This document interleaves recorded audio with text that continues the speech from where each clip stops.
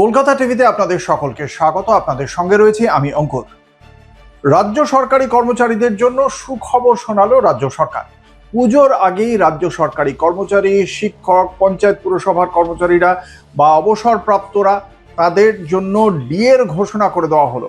রাজ্য সরকারের পক্ষ থেকে আজকে একেবারে সেই সংক্রান্ত বিজ্ঞপ্তি জারি করে দেওয়া হয়েছে এবং এখানে স্পষ্ট বলা হয়েছে যে পেনশনভোগী যারা রয়েছেন রাজ্য সরকারি কর্মী, শিক্ষক, পঞ্চায়েত পুরসভার কর্মচারী, তাদের জন্য সংশোধিত মূল বেতনের 38% হারে মহার্ঘ ভাতা এবং ডিয়ারনেস রিলিফ ডিএ এবং ডিআর দেওয়ার সিদ্ধান্ত এবং সেই সিদ্ধান্ত চূড়ান্ত বিজ্ঞপ্তি প্রকাশ করে ফেলেছে নবান্ন।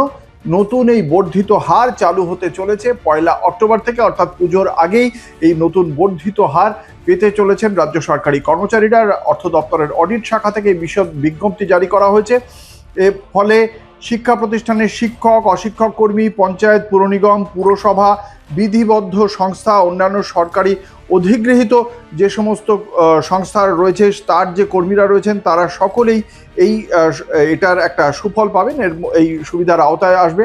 এবং সেক্ষেত্রে যেটা দেখা যাচ্ছে যে 38% হারে যে দেওয়া হবে, যদি কারোর বেতন হয় 50,000 টাকা, তাহলে তিনি তার বেতনের যে হিসেবটা দাঁড়াচ্ছে 50,000 ইন্টু 38%, অর্থাৎ প্রায় 19,000 টাকা তিনি তার ডিএ হবে, মাসিক ডিএ হতে চলেছে। অন্যদিকে রাজ্য সরকারের পেনশনভোগী এবং ফ্যামিলি পেনশনভোগীদের ক্ষেত্রেও ডিয়ারনেস রিলিফ বা ডিআরের হার বাড়িয়ে 38% করা হয়েছে। এটাও 1 অক্টোবর থেকে কার্যকর হবে। এর পাশাপাশি পুরনো বেতন কাঠামো এবং দৈনিক মজুরি যারা সেই বেসিসে যারা কাজ করতেন তাদের ডিএ এবং ডিআরের হার 171% থেকে বাড়িয়ে সরাসরি 223% করা হয়েছে।